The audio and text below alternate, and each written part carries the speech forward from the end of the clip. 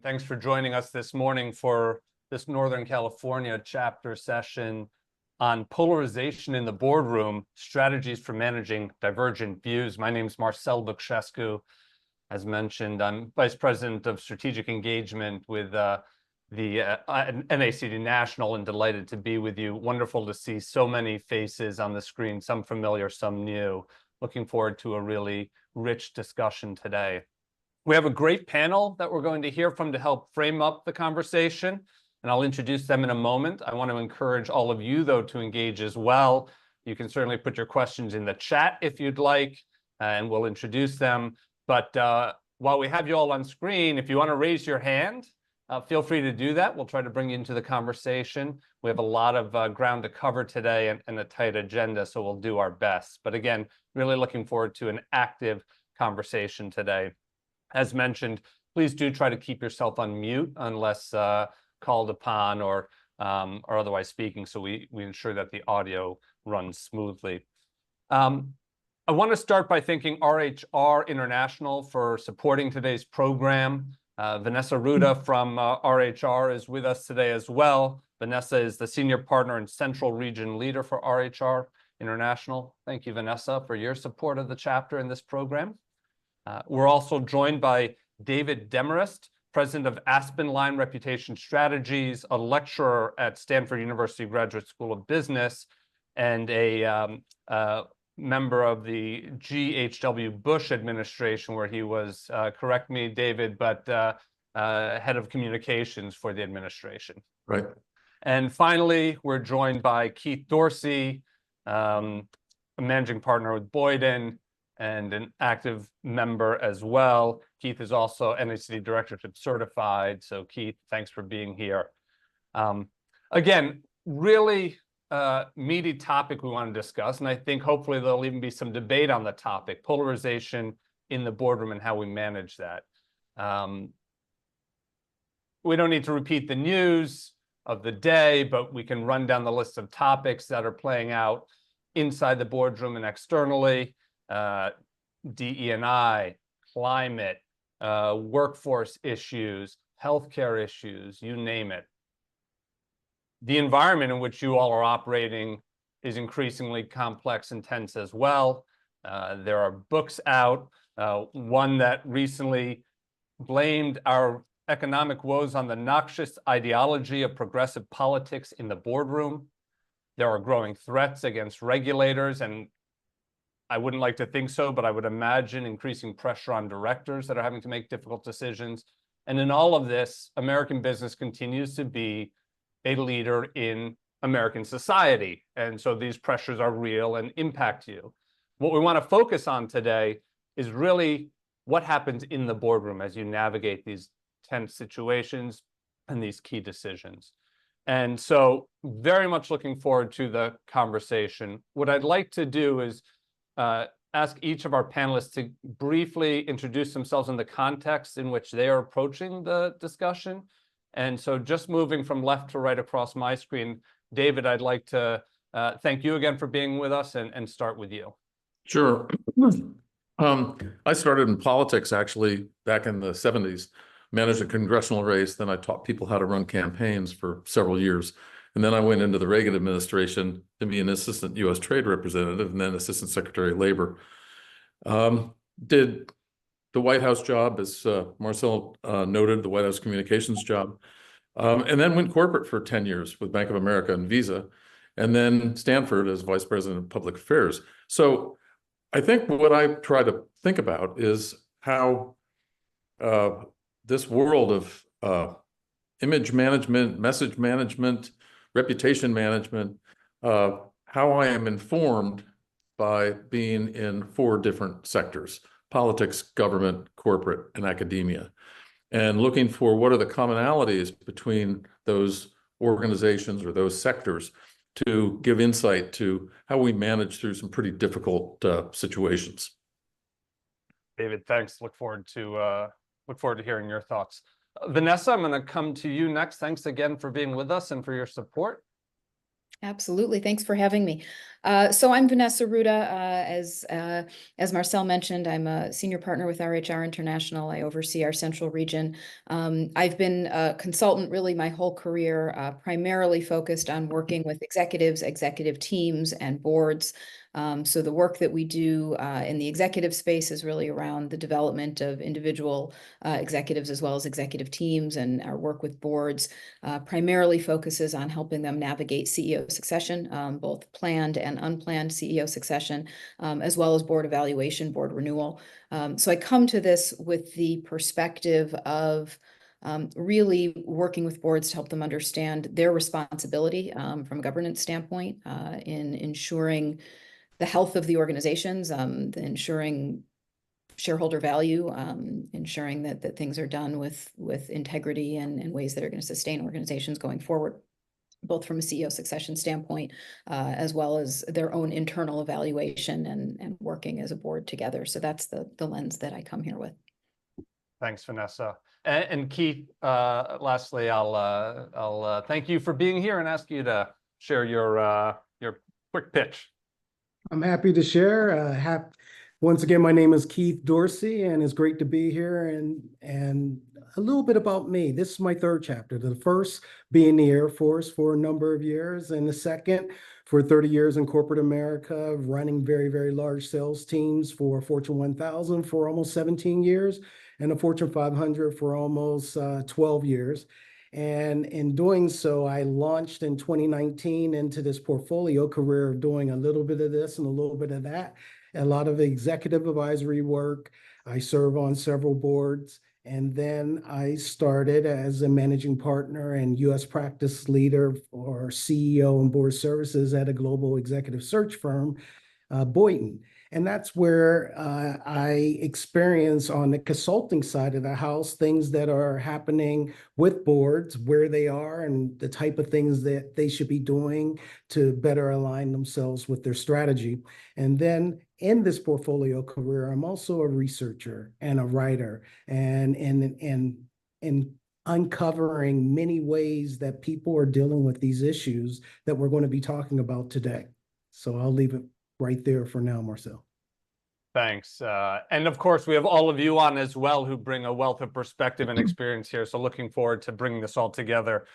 We want to cover broadly 4 areas in our discussion. First, let's define what it is we're really talking about. Second, let's talk about the corporate governance implications. We then want to get into some real-life examples, hopefully. And lastly, talk about some strategies for managing this going forward. I saw one comment in the chat that we actually have a difficult set board meeting coming up, so this is timely. Again, want to encourage you to put questions in. I see one that just came in, so thank you. Let's keep those going. Quick highlight, as Lisa noted, I think important to please change your name so that we have your full name in your Zoom setup, so that we are able to look at the attendance later to confirm participation. David, would like to start with you. You mentioned a very fulsome career in politics. Not to lay the blame here at your feet, but let's define polarization and what's happening. Why? What are we talking about here? Well, you know, what you said earlier about business is still fairly respected, whereas government and media are at rock bottom in terms of perception. But, you know, if you think about polarization as, in a way, kind of like a continuum, that, you know, you have people and voters and so forth being along some continuum. I went back and I looked at Gallup polls back to 1946, and I centered my attention on one particular question, which was, does it make any difference if which party controls the government? And from 1946 till about 2000, the majority of people said no, because they interpreted the two parties as one was a little bit to the left of center, one was a little bit to the right of center. Now, a vast majority say it is very important who controls the government. And the numbers of people that say no has shrunken almost down to single digit, the teens. And I just think that's informative because that continuum means that voters, employees, your families are all along this continuum and no longer centered, no longer in the center. They're out at the outer edges. And what that means is that it's going to bleed into the boardroom. Because I'll tee this up for Keith in a bit, but boards are changing and the composition of boards are changing. And so when you look at how the conversations in an organization have changed, it's going from not just conversation at the water cooler, to use an old cliche, but all the way up to the board level. And when you have people that are feeling so strongly, they're also, in the terms of the climate of the country, they're angry and they're uncertain. And angry and uncertain people often are hyper certain about their beliefs. And so that makes for some difficult conversations that have to be managed. And, boards shouldn't avoid conflict. They need to know how to manage conflict. So I'll leave it there and turn it over to Keith to see where he wants to go with that discussion. Thanks, David. And this idea that there's a fine line somewhere between differing views, disagreement, and then polarization is one maybe we can explore. But Keith, David teed you up nicely. Let me just ask the question very directly. Is polarization in the boardroom actually a thing we need to deal with? Or are we seeing it now? Or is it perhaps something we just need to be really aware of and manage for the potential of in the future so we don't end up there? How are you seeing it in the boardroom today? Quite honestly, I'm seeing it in the boardroom more now than ever before. You think about boards were so homogeneous, and we would sit around the table and we would ask, who else should be on our board? And we are often going to our closed network of individuals. And we, without even asking or talking about it, thought in a similar way. But because of some of the efforts that we've seen over the past 10 or 15 years, where we're actually bringing in more people from various backgrounds, culturally, demographically, as well, and just bringing in that diversity of thought. And because the nation is so polarized right now, it's hard to do what we have been culturally raised to do, which is never talk about religion, never talk about politics, never bring those things to work. But because as a nation we're so polarized, it's actually spilled over into the boardroom. And boards aren't asking flat out, who did you vote for? They're not asking, what are your thoughts about this? But they begin to pick up on nuances that are actually shared. But nevertheless, people can make it in the door. But what happens next and what we're seeing is there's that division.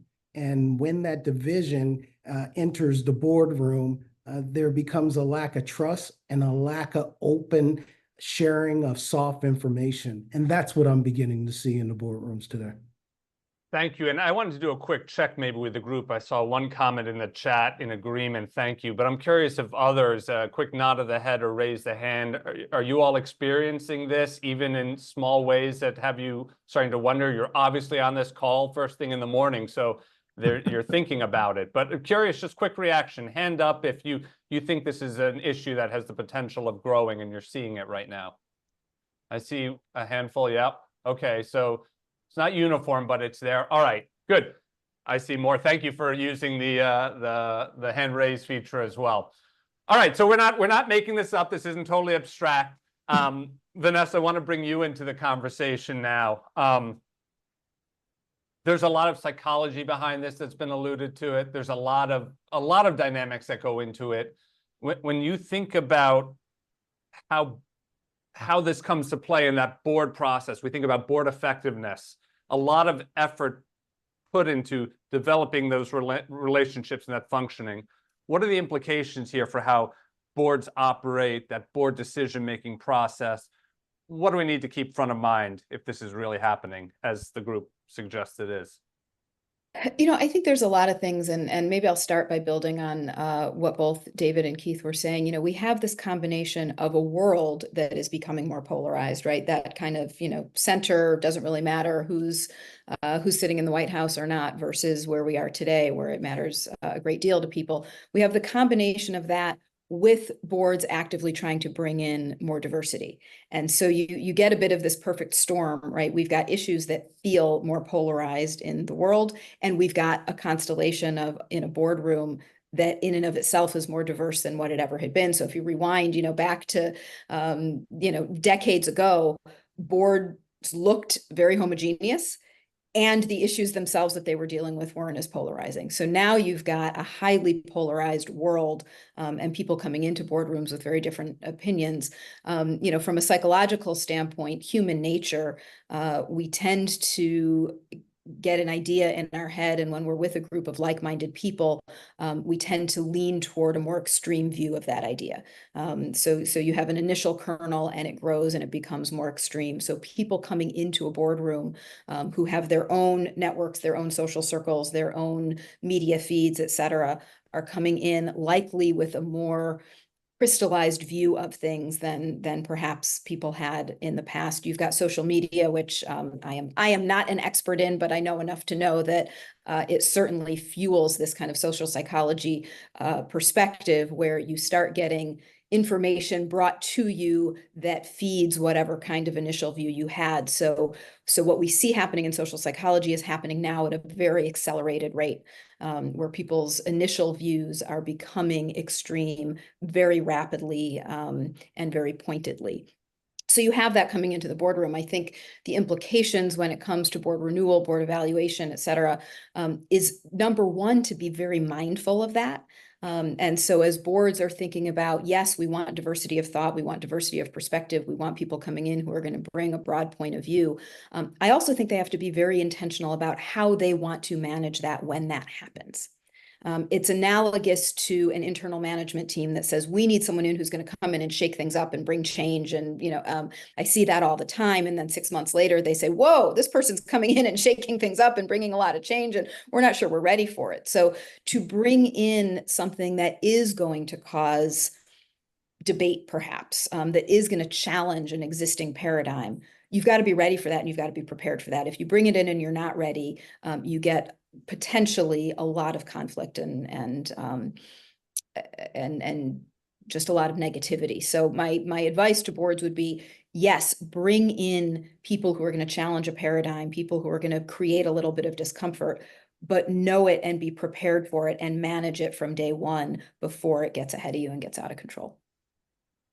Thanks, Vanessa. And we'll come back to some tips on how to maybe think about managing that as a group and as an individual. But I want to move pretty quickly to the corporate governance angle here specifically. And there was a good question that came in on that. Keith, I want to start with you, and then David and Vanessa, invite you to comment as well. We ran through some of the issues, right? So you can imagine a really robust debate on whether, we should make some CapEx decision, or maybe even, entertain a merger type deal. But on other issues, from unionization, DE&I, which has already come up, climate, are those fundamentally different issues in your mind, or why does that feel more polarizing today?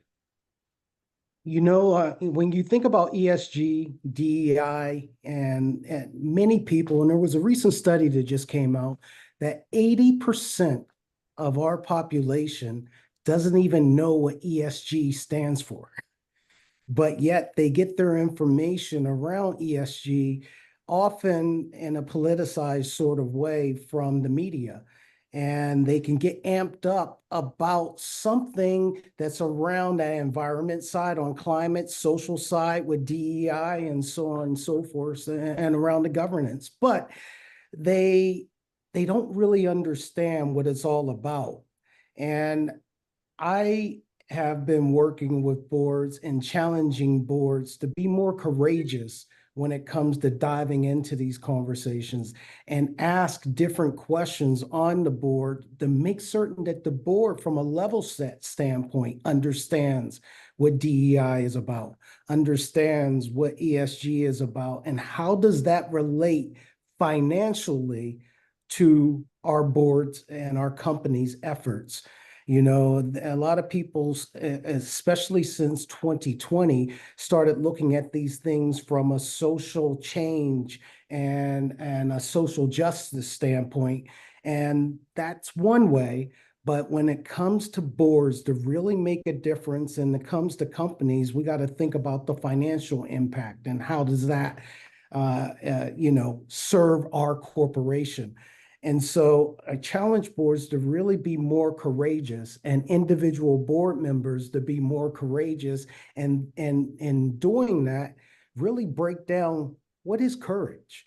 And I challenge to look at courage from a perspective of 4 areas. One, moral courage. That's about exercising conscientiousness, resulting in ethically correct decisions that align with the universal human values and long-term social good. That's important. And I'll give you an example on how to look at that when it comes to DEI. And my question that I would ask you all to just briefly think about is, if your mother, wife, sister, aunt, daughter, cousin, think of a woman in your life and they work at a company that cares about DEI. And so picture this company that person, that woman that you're thinking about, their company cares about DEI. And would you have the courage to challenge the person who believes the only reason why that woman you're picturing is in the position she is in is because that company cares about DEI? And when you begin to think about diversity in those terms, you can then begin to think about and have the courage to realize that meritocracy and diversity can coexist. But if you watch the media and you read a lot of things in the newspaper today, it will lead you to believe that they can't coexist. And I ask you to think about a woman in your life, that daughter, that spouse, that sister, that aunt, and you know they're in their role for all the right reasons, and the company happens to care about DEI as well. That's having the moral courage. Then there's the discipline courage, the courage to actually reflect and think and develop the strategic thinking so that you can take deliberate action around something of vital importance. That's the ability to research something and reflect on all sides of the situation. That's discipline courage. The third is intellectual courage. And that's the type of courage to deal with challenging existing assumptions. You heard that meritocracy is one thing and diversity is another thing. They can't coexist. And intellectual courage is the ability to actually say, you know what else could be true? And ask those sort of questions. And then lastly is the empathetic courage. That means the ability to seek others' meanings, to step out of your shoes and step in their shoes for a second and experience what they may be experiencing. Just because you grew up in the South and maybe never experienced any racial tension or anything like that, maybe ask yourself, well, why would I have?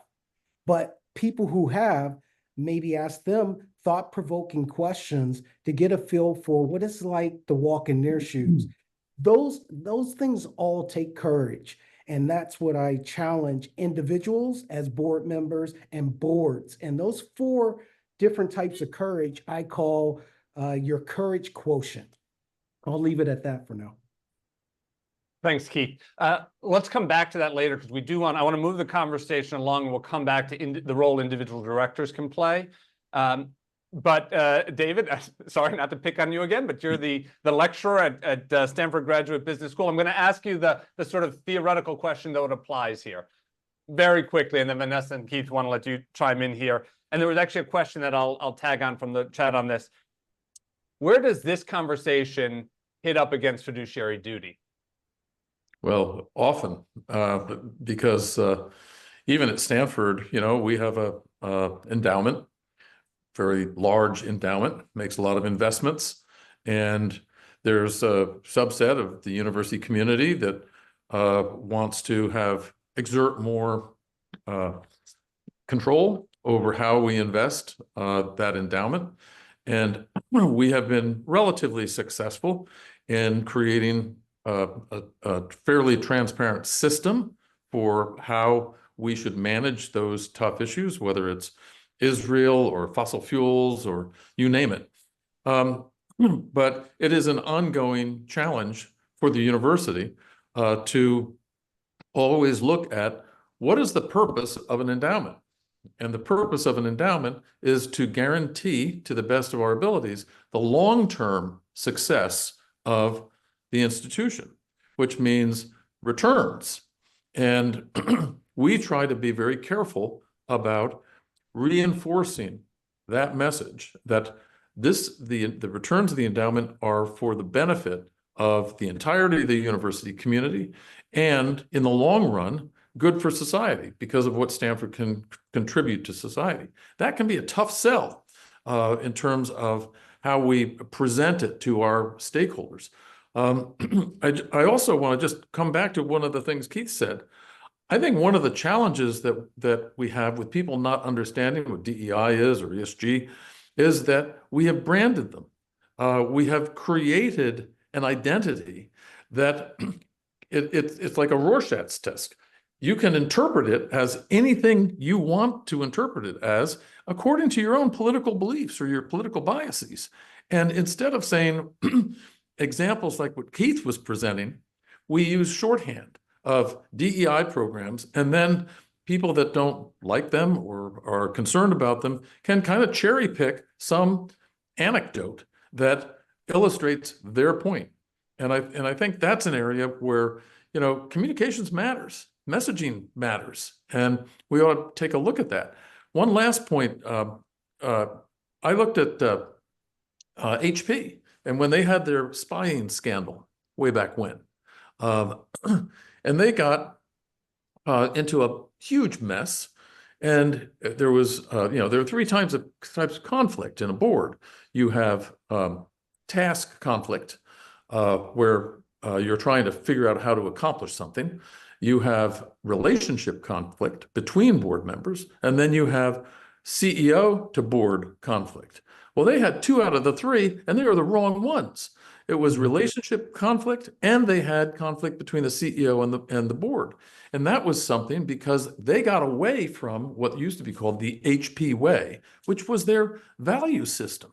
And values are incredibly important in leading organizations, whether it's at the grassroots or all the way up to the top.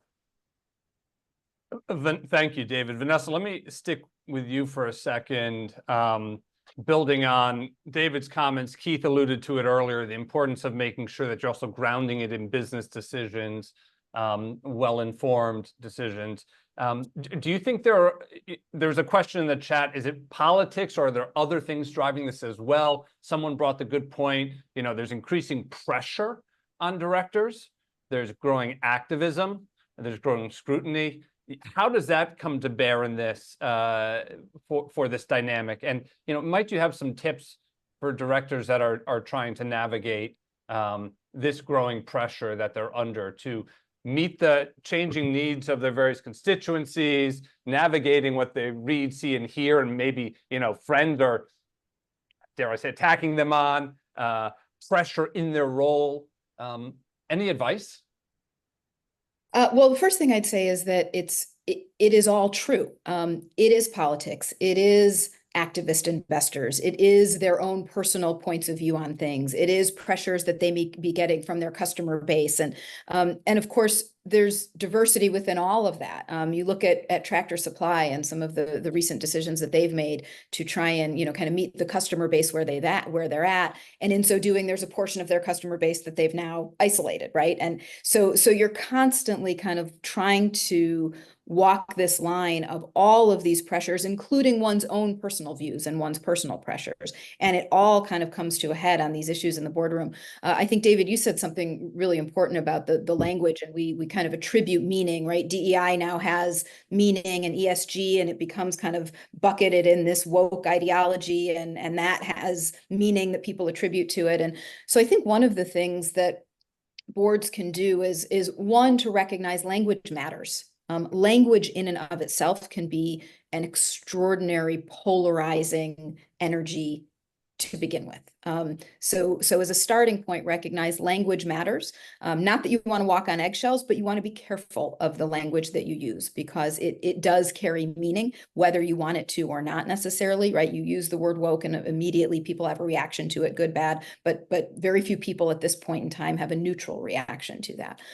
So language matters. And I think the other things that boards can do that are helpful is to pull back a little bit from the language, right? So before going into, is this woke, is this DEI, pull back. What are we trying to accomplish? And what is our fiduciary responsibility? Forget whether we have a DEI platform or not. What is our responsibility to our shareholders? What's our responsibility to our customers? What's our responsibility to our employees? And from that, therefore, what decisions do we need to make? What policies do we need to put in place that are in support of our values, that are in support of our business model, that are in support of our mission, and that are in support of shareholder value? And if you can anchor on that as a starting point, as opposed to, should we do this, and should we, promote a DEI platform or not, or this or that, because that's immediately gets you into polarizing language. Rather anchor on, what are we as a board here to do? What is our purpose as a board? What's our responsibility, our fiduciary responsibility, our governance responsibility, our responsibility to our shareholders? And let that be then the guide for how these issues get discussed. Can I just ask, throw in a little anecdote? Back in the 60s, there was this phrase that actually Nixon used called law and order, campaigning on law and order. And we did some polling about what did it mean to people. To the African-American community, it meant police brutality. To the white community, it meant safe streets. And so if you use those terms, you will alienate one group of people and stimulate the other. And we came up with one word that worked with both constituencies, and that was justice.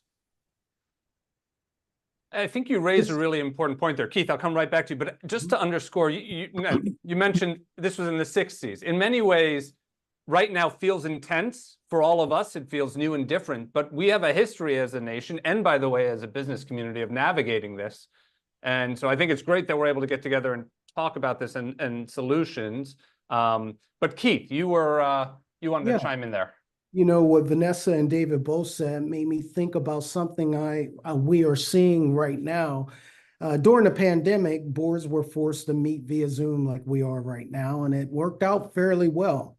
And boards post-pandemic have come up with this hybrid approach as to how we get together and how we meet. And many aren't meeting face-to-face in person every single quarter. There's some sort of hybrid out there, and many have given up the evening before dinner where we break bread. And Really? they're getting straight into a 3-hour conversation, which is harming us during this period of polarization. Because when we break bread the night before and we start to share what's personally going on in our lives, we begin to build more trust. With that trust, we're able to have difficult conversations with one another and challenge one another the way that we should as a fiduciary board member. And part of what I think we're running into today is that lack of trust, that lack of really getting to know one another. And because of that, that polarization is showing up in a very negative way and being handled in a negative way on boards today. And so how do you know when it's there? And some of the ways that you actually know that that polarization exists, even though someone has the stoic face, is the CEO may begin to share less information with you. Mm. And you have to begin to ask second, third, and fourth level questions. And then board members are no longer sharing some of the information with one another. Begin to look for those little signs. And that's when board leadership and courageous leadership comes into play. And in order to work through that, the board leaders, and if you don't see it from the leader, you become that informal leader. Get people included, involved. This is where inclusive, being inclusive comes in. And Marcel? Well, Keith, I want to stay with the concept of the leader there. Vanessa, turn to you. I just want to highlight some good resources that are being shared in the chat and also a lot of support for the comments there. So there seems to be agreement around this importance of building the relationships, trust, to really have those effective conversations. One of the questions in the chat earlier was basically, how do we know when we've crossed over from the kind of we're having good debate to we're in a polarized discussion? Let's talk, Vanessa, about the role of the leader that Keith was alluding to. Historically, in the past, I think it was probably the CEO made a call on something and moved forward. Boards got engaged more recently and are starting to engage in it. You think about how we spend our time as a board, as Keith just flagged. What about the role of the lead director or the chair? I'm thinking in this case, a non-executive chair. Do we need to be thinking about those roles differently? I think we do. I think historically, and of course, there's different types of leadership and people show up in those roles in different ways. But historically, at least in a lot of boards that I've worked with, that board chair, the non-executive board chair, is an agenda setter and a timekeeper and keeping the structure, making sure we're talking about the right things, making sure, and that's certainly an important role. And I don't mean to diminish what it's been historically, but what we're seeing now is the need for those leaders to really lead in a fundamentally different way than they historically have. They need to lead in terms of saying, we are going to take the time to get together in person and break bread and build relationships. And we're going to prioritize that because that's part of this board dynamic. It takes leadership to say, we are going to invest in our dynamic as a board, in addition to what we need to do and our responsibility to the organization. We have to understand that as a board, we need to have some sort of effective operating mechanisms, and we're going to make an intentional investment in that. You need a board leader to be the one having the courageous conversations to say, this is something we're going to do. You need a board leader to say, we need to define our purpose. What is our purpose as a board, aside from the obvious? Right? But what is it that we are really here to do, and can we align on that purpose? And we need board leaders to really help ground the boards in what are the problems that we are here to solve as a starting point. Once you hit go and you start talking about woke this and that and polarization, it is very hard to reel it back. Not impossible, but really, really difficult to reel it back. Once trust has been broken, it is very difficult to reestablish. You can start from neutral and build trust actually relatively quickly. But once it's been breached, it's a very difficult thing to get back. And so I think board leaders, board chairs need to walk into the role with a greater awareness, a greater intentionality, a greater appreciation for the fact that managing all of that is now fundamentally part of that leadership role. In the past, perhaps it was optional. There's people who naturally did that and did a fantastic job. There's others who, kind of went about it in a more mechanical way. That option no longer exists if boards are going to effectively navigate this polarized world. David, I'd like to bring you, there was a question in the chat that actually picks up on this idea that Vanessa was alluding to of lost trust. And I think that Stanford sort of navigated it differently, but we had the case of obviously the universities coming under the spotlight on a polarizing issue, namely Israel and Palestine.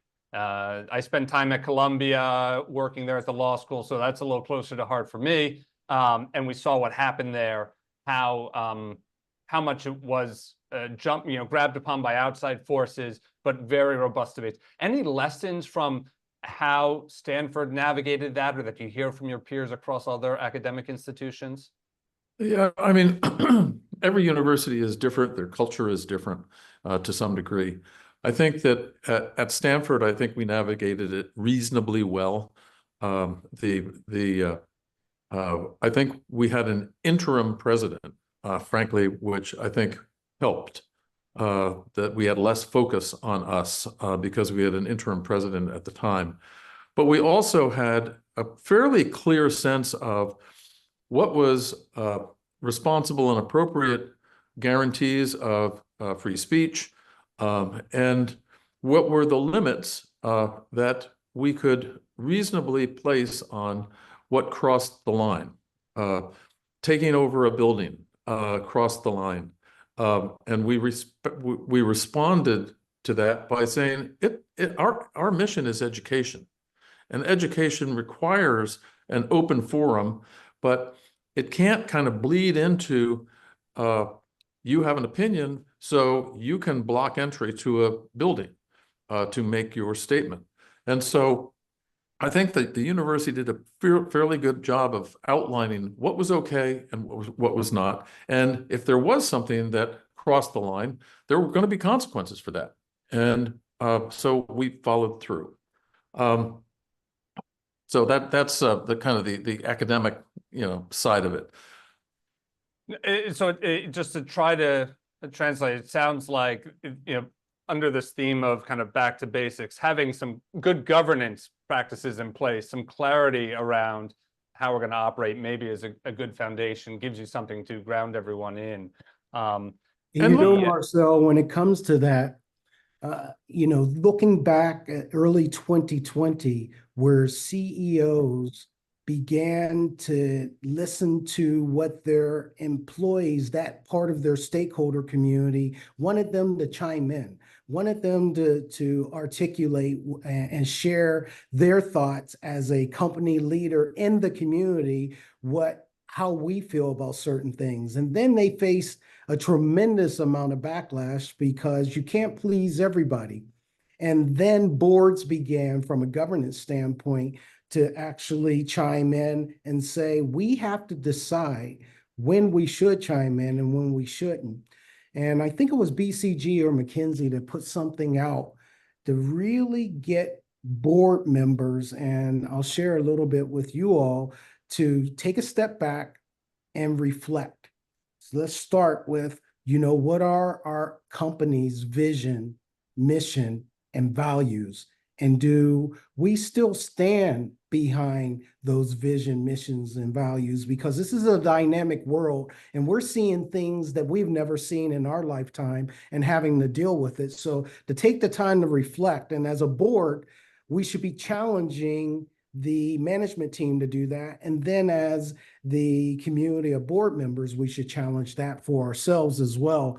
But to recognize we're not going to please everybody, but ask these 4 questions. 1, does the issue directly align with our business or core values? Is the first question we should be asking as a board and asking the management team. Second question, do stakeholders expect us to take a certain stance? And if so, why? And third question, how do we link our position to sustainable value creation for the business? Just to reflect a little bit on that so that we stay in our lane, bro. And then fourth is, can we actually make an impact if we do engage? And then lastly, why was this important to us before? And what's changed? I'd add maybe a fifth question to change. I might add a fifth question, please. Which is, where does this take us? Where does action or inaction take us? What are the consequences for the decision that we're going to make, and the consequences for how we might respond to the reaction to the decisions that we make? That's what strategic thinking, if-then thinking, is all about. The question that I try to pose to organizations when they are faced with a crisis or a challenge, which a lot of these are, because of the pressures that bubble up, is most organizations respond by saying, what are we going to do? And I contend that's the wrong first question. The right first question is, what do we know? How well do we understand this issue? Do we really know in depth what are the dynamics of this issue, and what are the consequences either for being silent or taking a stand? What do we know about the dynamics of this issue? So not what do we know, but not what do we do, but what do we know as the starting framing. Right. Vanessa, would be curious for your reaction to that. How does that change it from kind of an organizational perspective? I think it's a great first question of, what do we know? And the follow-up to that is, where do we want to be, right? So not just what do we do about this crisis, but where do we want to be as an organization? Again, what do we stand for? What's our responsibilities? What are our commitments? What's our mission? What's our purpose? What's our reason for being here? I think all too often these decisions get made in a very reactive, because of all the things we're talking about, right? It's a polarized world. You've got media pressure, you've got activist investors, you've got politics, right? And we see this kind of yo-yoing back and forth. I think Tractor Supply is the most recent one that stands out in my mind of, we're gonna kind of be all in a DEI, kind of ideology, to we're going to be completely out, we're abandoning that completely, and who knows what comes after that in the years and months to come. So we see this kind of reactive yo-yoing. I think, David, to your point of, all right, what do we do now, right? We've got this thing and people are unhappy and we're hearing noise and this and that. Versus stepping back and saying, what do we know? And where do we stand and where do we want to land? Apart from, what's our DEI policy, what do we need in our organization in terms of the kind of talent that we have and the kind of thinking that's in the room? And what do we need in order to grow as a business to solve the problems we're trying to solve? And what's the best way to get there if the way we're currently doing it isn't giving us the outcomes that we thought we'd get? All right, well, what do we know, right? We know we want a particular outcome. How do we reassess and march toward that outcome versus a reaction of, we're going to, be all in or all out? Can I jump on that in terms of a lot of times we all advise, take the time to understand the issue, take a step back and so forth. Sometimes the pressures are don't allow for that. And I look at the old Johnson & Johnson Tylenol case back in the 80s, in which 7 people died from contaminated Tylenol, and Jim Burke, who was the chairman of the board, had to decide very quickly what to do. And he didn't have all the information that all of us would have liked. He didn't know how much it was going to cost to recall Tylenol. Turned out it was $180 million, and that was a lot of money in 1982. But he made the decision because A, he knew the window was closing on whether that decision was going to be his or the regulators or legal or whatever. So he knew he only had a short amount of time to make the decision. He also didn't know what it cost, as I mentioned. The other thing was, he said, I talked with him about it years ago, and I said, what gave you the intestinal courage to do this, to do a national recall? And he said, I went back and I reread the Johnson & Johnson Credo, which was their statement of values. And the Credo said, it's on an obelisk kind of thing in their headquarters. And the Credo said, our first responsibility is to the doctors, nurses, and patients that use our product. And then it went on to talk about stakeholders and community and employees and so forth. But his first responsibility was to make sure he did everything he could so that no one else died. And that meant taking a very tough decision, but based on the organization's values. And I believe that companies and organizations that have clarity about what they stand for, who they are, they actually have competitive advantage. And it underscores Vanessa's point about trust earlier as well, right? Putting that first and foremost. There's an interesting comment that builds on your question that we've been talking about. What do we know? In this environment, it feels like people know different things, or knowing what's true can be hard. Right. How do we think about that from a fiduciary duty perspective, but from a responsibility of commitment to the truth and fact? in the boardroom. Any thoughts to that? I'm going to open it up. I mean, that's a big question. There might not be an answer, but it's out there. So I'll take a stab. It'll be a very imperfect stab because I think it's an extraordinarily challenging question because we don't actually really know anything, right? We do what I might know and what you might know, and we may think we know the truth, and maybe one of us has the truth, maybe both of us do, maybe right, we don't know. There is so much information and misinformation and spinning of information, and depending on where we receive information and digest information, my truth may feel very different than your truth. And so I think it's a really, really important point and a very complex point. And I'm not going to claim to have all of the answers, nor do I want to oversimplify. But I am going to come back to the trust piece insofar as if two people or a group of people have trust and start talking about something and realize, wait a minute, the information I have is different than the information you have. If there's a foundation of trust, you're more likely to pause and say, hold on, what information do you actually have? And what information do I actually have? And can we talk about that and understand that? If that trust isn't there, we're never going to have that pause, right? And we're just going to be back and forth with, that's not true and that's not true. And so it's very difficult to walk into a situation knowing, is what you know really the truth or not really? I mean, we're all wired to believe that what we know is the truth. But walking into a situation where there is a level of trust amongst a group of people or between two people, where you can at least recognize my set of facts is different than your set of facts, time out. Let's talk about that and let's try and understand that. I think the other thing that people can do is to really be very intentional about looking for disconfirming information. So as people, we tend to naturally look for confirming information. I have an idea, I have a thought, I have a hypothesis, I have a belief, and I'm going to seek things that reinforce that belief and validate and convince me that I'm right. It is less natural to say, I'm going to seek things that would disconfirm that and that would prove me wrong. That requires intentionality, that requires a really deliberate focus.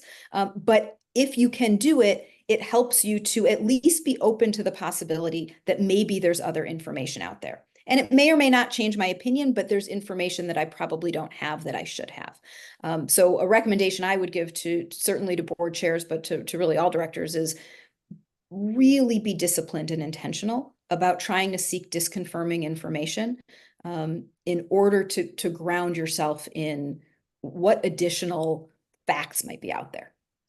Vanessa, I love what you just said right there. And I have to tell you, as a search professional, I often get asked when existing board members are looking for their next board and aspirational board members are looking for their first board, what's the best advice you can give me, Keith? And I say to be more interested than interesting.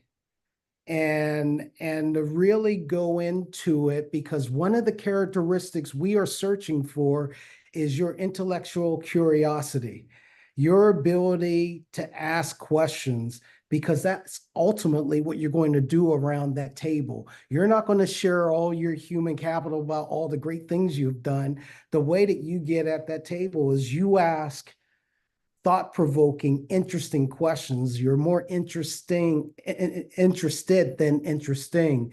And that's the ticket out of this polarization issue, is when you take the time to try to understand someone else's perspective and why. It's funny, Keith. I've always believed that leadership is paradoxical, that great leaders are both confident but have a sense of humility. They have a lot of drive, but they need to have some patience. But to your last point, they need to be good speakers typically, but they got to be good listeners too. And I don't usually bring props to something like this, but I just read a book called "You're Not Listening," and it says what you're missing and why it matters. It's by Kate Murphy. And I have no financial interest in this book. I just read it. But it has a lot of interesting perspectives about how valuable it is to be able to be a true, good, thoughtful listener. And CEOs and board members have all sorts of opportunities to do a lot of listening before they do a lot of decision making. Mhm. And I saw something in the comment section earlier. I think it was from Martin or Skip, and he says something about you were given two ears and one mouth for a reason. Right. Yeah, no, that's right. I think that's Ben Franklin. So we're coming up on time and want to make sure we leave space for just a few closing thoughts. I do want to spend a moment, if I may, with each of you on ourselves as individual directors. You know, self-reflection. We talked about really that be interested, go out and really seek out intentionally that other viewpoint. Spend time building these relationships. There was a question about the language in the question was loyalty. But I wonder if it was actually maybe more aligned with an earlier comment around congeniality. Any advice for any directors that feel like maybe they're in an environment that is becoming polarized? There's another question, by the way, is if I don't feel or see polarization, should I be worried? So I don't know if you have a thought there. But any advice to the individuals on this call as they go back to their boardrooms and think about how they engage on this? One quick thing, unfortunately, what the studies are showing is that the negative consequence or the unintended consequence from this polarization is that the person who feels most polarized leaves on their own. Yeah. And that's too late. And so to be able to recognize that someone's no longer as engaged as they once were, to be able to think from an inclusive standpoint and get people involved, to make it safe for them to say what's on their mind. Because we're going to accidentally go back to a homogeneous board because people are going to vote for with their feet and select out. So beware of that. I would just add that boards have to have a culture, and a culture that says not just when it happens, oh well, we should accept dissent. They ought to lean into it. They ought to say, we're not going to always agree on things, and we're going to systemize a way for how we're going to have productive and respectful discussions about some tough issues. And that's just part of being a board member. And when we do that, we can anticipate better when controversial issues are going to come to the fore, and we can sort of systemize how we will deal with those issues and build a culture that is accepting of dissent that doesn't turn into division. I think one of the most important things that boards can do is to literally say the quiet part out loud.